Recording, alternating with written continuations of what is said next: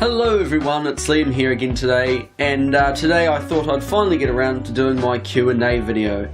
So this will basically just be me talking, and I'll have a picture overlay, and anything relevant to what I'm saying, a display on the screen. But other than that, just sit back, relax, and enjoy while I answer the questions that you guys have commented on my video. Oh, also something else I forgot to mention is that I'll also be putting the names of the channels of the people who ask the questions as I'm answering them, just because there are a few double ups, and also to prevent me pronouncing any channel names wrong, so I'll be doing that just to make it easier for both of us, really. So anyways, I'll crack on. Okay, so the first question is by GCL18, I hope that's pronounced correctly, and the question is, why not NZR? Now, there's a few reasons for that, all very simple. The first reason is that when I decided to model the Great Western, I was doing a paper round, and as a lot of you will be aware, paper rounds don't actually pay very well at all for what they are. And so I was on a very tight budget, and I wanted to build a layout, as did Matthew, who was also on a paper round. And so it was decided then that modelling the Great Western, or British, was going to be a much easier and cheaper alternative. I would like to get into NZR modelling at some point. I admit that. Just the difference is that NZR is a lot more expensive, and by the time I got a better job, if you will, the GWR bug had already sunk its teeth. So at the moment I'm just going to stick with Great Western modelling, but I would like to dabble with NZR at some point. I just don't know when. The next question is KiwiRail DXB or DC? Now that really depends, because if you were to ask me this 2 years ago, I would have said DXB. They're powerful, they're noisy, they're pretty cool. But more recently I think I've taken a bit more of a shine to the DCs, simply because they are older, they're becoming more rare nowadays, especially the fact that a lot of the DCs are actually still in older liveries as well, simply through lack of being repainted throughout the years. So these days when I see a DC on a train, it's actually kind of special. It's like, oh yeah, okay, it's more of a rare sort of sighting nowadays, I suppose. So I'd say DC actually. I think it's nice to see a DC out and about from time to time. So yeah, no, definitely DC. So the next question is, what is my favourite class of New Zealand steam loco, and what is my favourite loco of that class? So it's a pretty simple answer. My favourite class of locomotive is the W series, starting of course with the W class itself, and my favourite member of that class was, and still is, W192, which is now preserved on the Ferrymead Railway in Christchurch. So the next three questions are by SDJR7F88, and he asks, what are the future plans for the layout, my favourite model, and what model loco would I like to get next for the layout. So we'll start off with the future plans. For now, just basically focusing on Glenmore and Redfern. There's not really much I can really sort of say about that. Just basically getting them scenic and getting them sort of up to scratch, really. As for my favourite model, I'd probably have to say my wee model of 5764, which for those of you who don't know is a pannier tank, and or maybe the Duke Dog. I really like that as well. That's a very nice model. And also, what model loco would I like to get next to the railway? It's quite hard to say. I'm sort of eyeing up the Oxford Dean Goods locos. They're still yet to release some of them, so I'll probably be getting one in a later livery than what they already produce at the moment. The 1361s by DJ also look quite appealing. So, again, hard to say. Be one of those, most likely. At the same time, I've also got a taffy tank on pre-order from Hattons, as Barkman are re-releasing them in Great Western Text livery, so I've got one of them on pre-order. I'd also quite like to get a Dean Goods, a Colic Goods. So, I don't know. We'll see, but it'd be one of those just mentioned, but we'll just have to wait and see. So now the next 3 questions are from Cruisley Road 4472. And they are, if you were to overhaul/restore any GWR locomotive in 2017, what would it be and why? Will there be more after Glenmore, and will you do more work on Fox in the future? So I think I've sort of already answered question 2. So after Glenmore, probably not a huge amount. We'll just have to wait and see. Maybe NZR, who knows. There's not really much more I can say on that.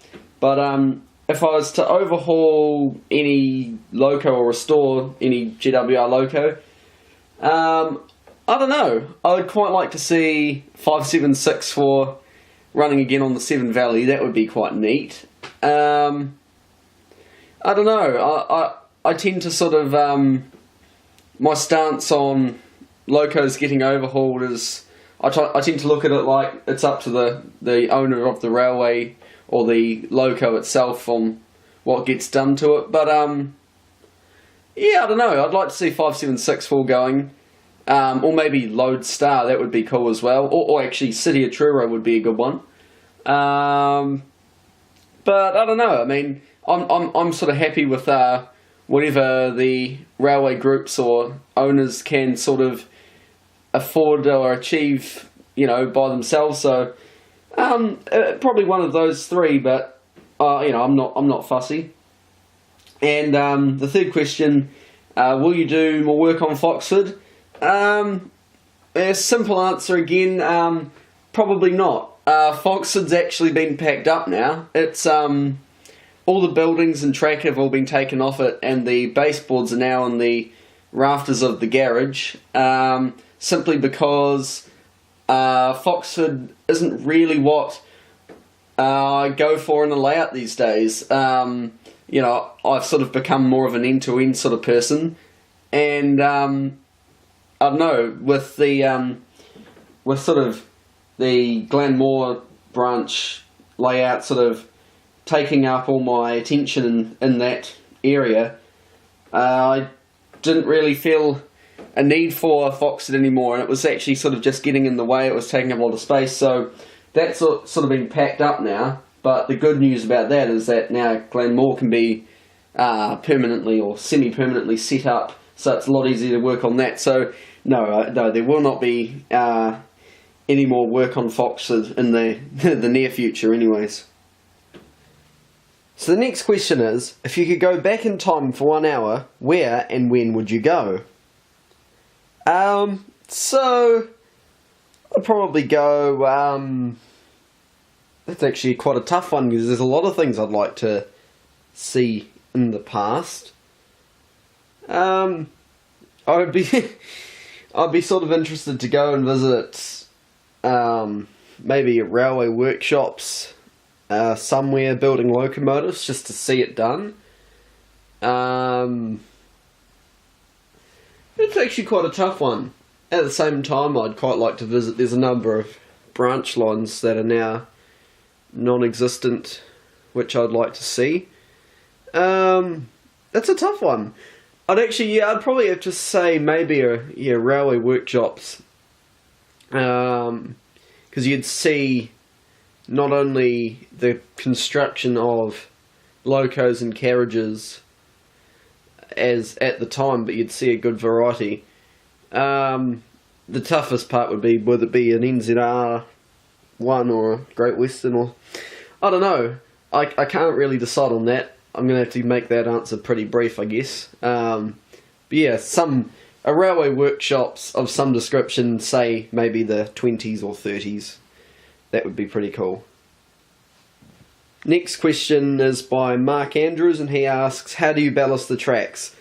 I'll actually, if you want, I can do a separate video on that, on how I do that. I've still got a few sidings to ballast on the layout, so if you'd like to see that, I can do that for you. So the next question is by Kinetic Rail, and he asks, what made you pick the GWR region of all the UK railway companies? Well, there's a few reasons really. First of all, as I've already explained, is we wanted to model British, or I did anyways. And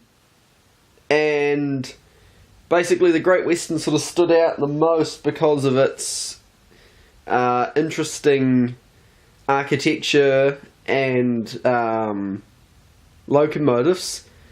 You know, it is quite different to the other three of the big four.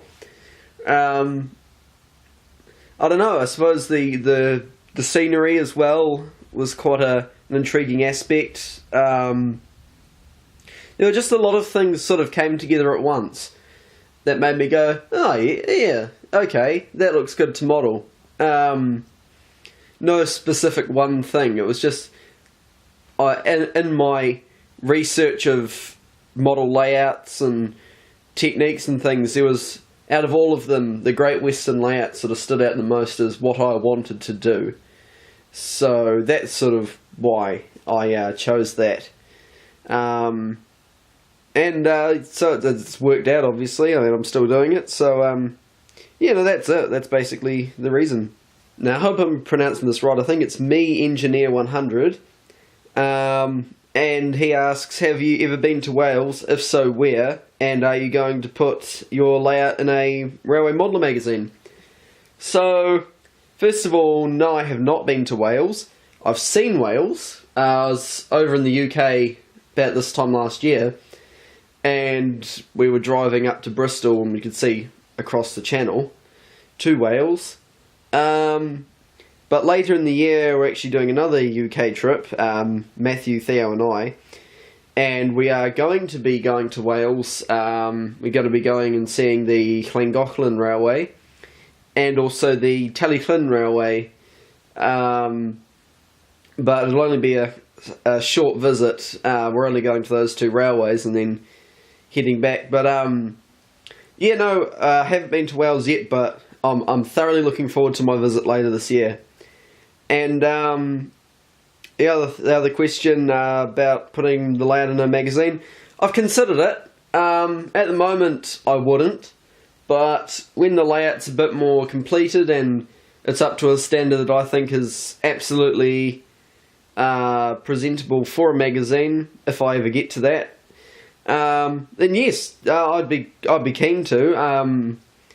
I don't know exactly how it would work, whether they just want me to send photos in or whatever, because obviously I live in New Zealand. I get the idea a lot of the magazines send out their own people to take the photos for the magazines, but if I can work it out, yeah, I don't see why not. I mean, it would be a nice thing to do, I guess.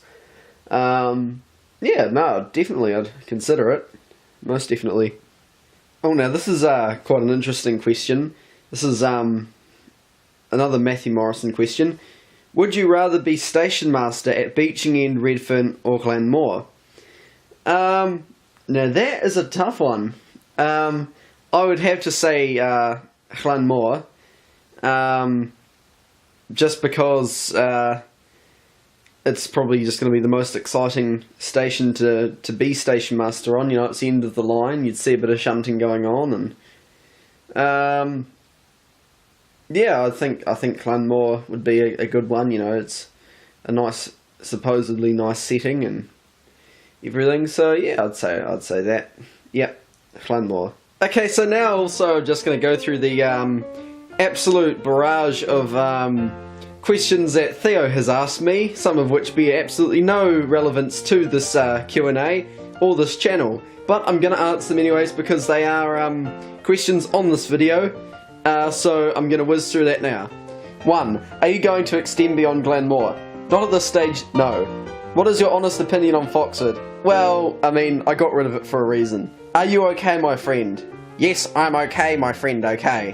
What's the loco in the beginning? It is KN-on42 Nigel Bruce. What about the guard on the metal press? Inspector Max Johnson. Work safe. What do you think of the GWR Grange class?